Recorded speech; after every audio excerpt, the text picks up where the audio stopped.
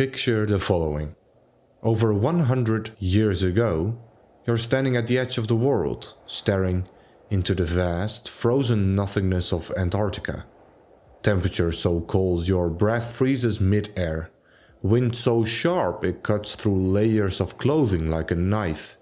Somewhere, nearly 800 miles away, is the South Pole, a place no human has ever set foot on. Now imagine you're in a race to get there first. Two teams set out on this journey. Same goal, different approaches. At first glance, this might seem just like another tale of adventure, and it can be. But if you look closer, this race is about something much bigger. So let's take a step back in time, where one will make history and the other, well, you'll just have to listen and find out. Let's go.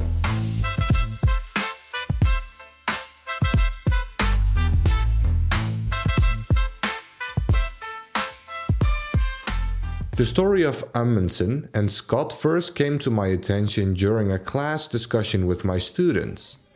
We were researching Arctic exploration, and one student recounted this incredible race to the South Pole. And I couldn't help but see parallels to the world of investing. It's December 1911. Two expeditions, two different ways of thinking. The first, led by Norwegian explorer Roald Amundsen, methodical, precise and obsessively prepared. The second, led by British officer Robert Falcon Scott, was tough, confident and known for improvisation. Both men were experienced, both commanded very skilled teams, both faced the same brutal environment. But the difference in their strategies, that's where everything changed. Amundsen saw this race for what it truly was, testing the limits of what was possible and uncovering the secrets of Antarctica. Before even setting foot in Antarctica, he did something critical. He studied the Inuit people of the Arctic, learning how they survived in frozen landscapes for generations. And he took notes. After months of studying and reading, he came up with a list of 4 important key takeaways. Number 1, skis and dog sleds. The Inuit used them because they were fast, efficient and built for the cold. So Amundsen decided to do the same. They took 4 sledges and 52 dogs. Number 2, fur clothing. Unlike the heavy, moisture-absorbing wool of European explorers, furs insulated without freezing. Number 3, supply caches. Amundsen left carefully spaced food and fuel depots along his route, ensuring his team carried only what they needed. Amundsen also planned to kill most of his dogs on the way and use them as a source of fresh meat. As he went, he butchered some of the dogs and fed them to the remaining dogs, as well as eating some themselves. And lastly, a steady pace. 15 miles per day. No more, no less. No pushing too hard, no overexertion. By combining these 4 simple, proven elements, they made it work. And on December 14th, 1911, Amundsen and his team reached the South Pole, the first humans in history to do so. They planted their flag, took their measurements and, just as planned, began their journey back home. Every single one of them survived. Amundsen's expedition benefited from his careful preparation, good equipment, appropriate clothing, an understanding of dogs and their handling, and the effective use of skis. Now, we have to talk about the next explorer, Robert Falcon Scott. Scott was driven by confidence. He chose a vastly different path. He dismissed the centuries-old wisdom of using sled dogs, opting instead for ponies and motorized sleds. The ponies collapsed in the cold, and the motorized sled, cutting-edge technology at the time, proved unreliable, breaking down under the relentless strain. His team was left dragging their supplies by hand. Instead of carefully placed supply caches, his depots were too few and too far apart.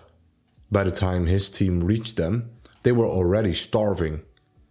Unlike Amundsen's controlled pace, Scott's team rushed on good days and collapsed on bad ones.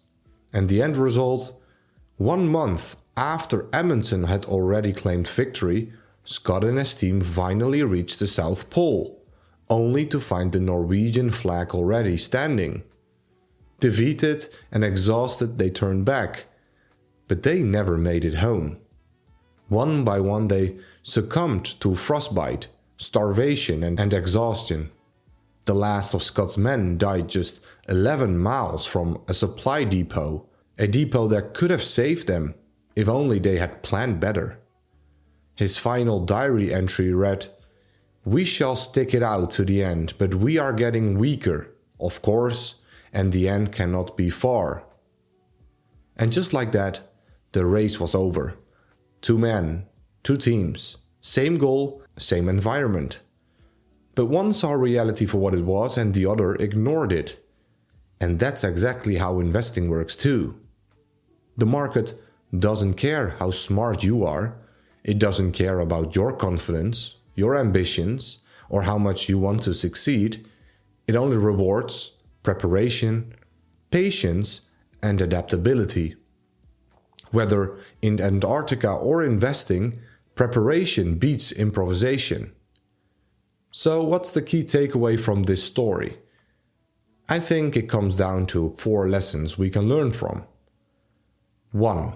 Study those who have mastered the terrain. Amundsen learned from the Inuit. You should learn from investors who've proven themselves over decades.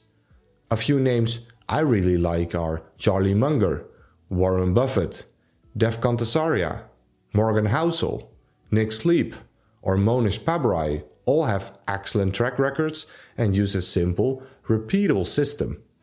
Something we apply as well at the Dutch Investors. 2. History tends to repeat itself.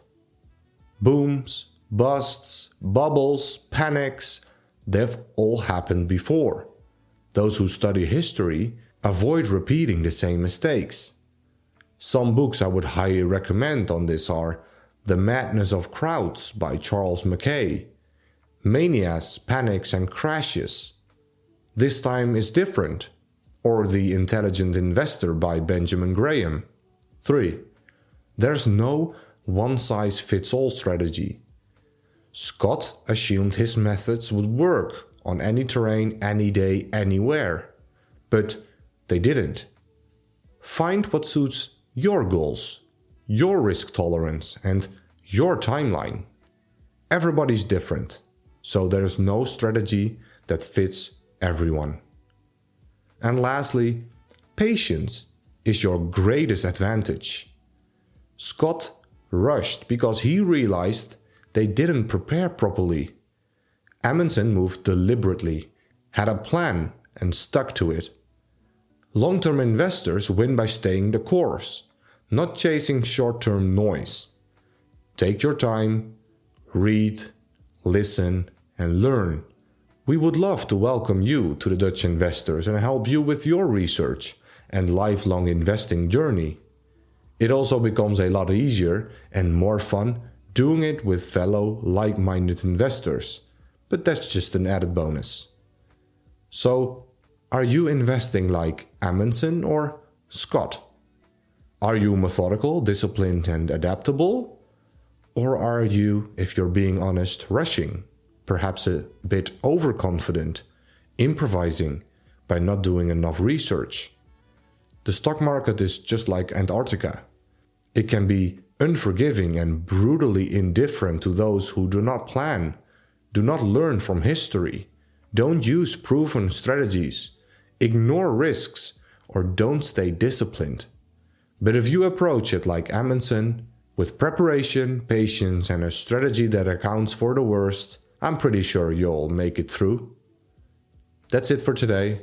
Until next time, stay curious, keep learning, and happy investing.